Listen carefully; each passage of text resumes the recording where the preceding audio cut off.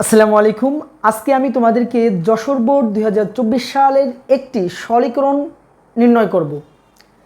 দেখেন, উদ্দীপকের আলোকে দৃশ্যকল্প একটি সরলীকৃত সমীকরণ দেওয়া আছে। এই সমীকরণটিকে সরলীকরণ করো।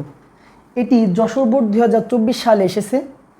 দেখেন, আমরা সরলীকরণ করতে গেলে আমাদেরকে প্রথমে হচ্ছে দুই বা ততোধিকের মধ্যে কি কমন জিনিসটা বেছে নিতে হবে। তাহলে আমি যদি একটু করি যে দেখেন তো পি কিউ আর এবং পি কিউ বার আর এই দুটি অংশের মধ্যে কমন যাচ্ছে পি আর আর পি আর আর যদি কমন যায় তাহলে এই জায়গা থেকে পি আর যদি কেটে যায় তাহলে শুধু থাকতেছে কি কিউ প্লাসের প্লাস। এই জায়গা থেকে পি কিউ যদি কেটে যায় বা ভ্যানিশ হয়ে যায় তাহলে কি থাকবে কিউ বার থাকবে প্লাস। দেখেন তো এই দুটি অংশ থেকে কি কমন যায়, এই জায়গা থেকেও কমন যায় কি পি বার আর হচ্ছে কি আর। পি বার আর যদি কেটে যায় তাহলে কি থাকতেছে কিউ প্লাস কি কিউ বার।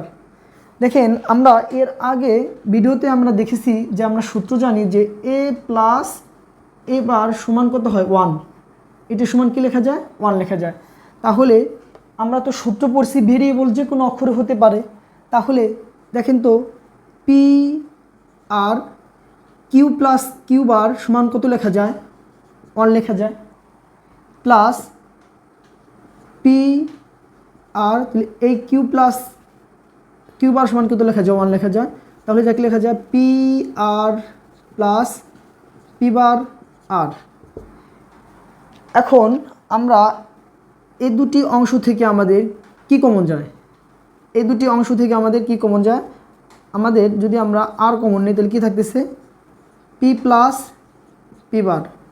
তাহলে দেখেন সূত্র অনুযায়ী কত হয় আর ইন্টু কত 1, তাহলে কত থাকতেছে আর।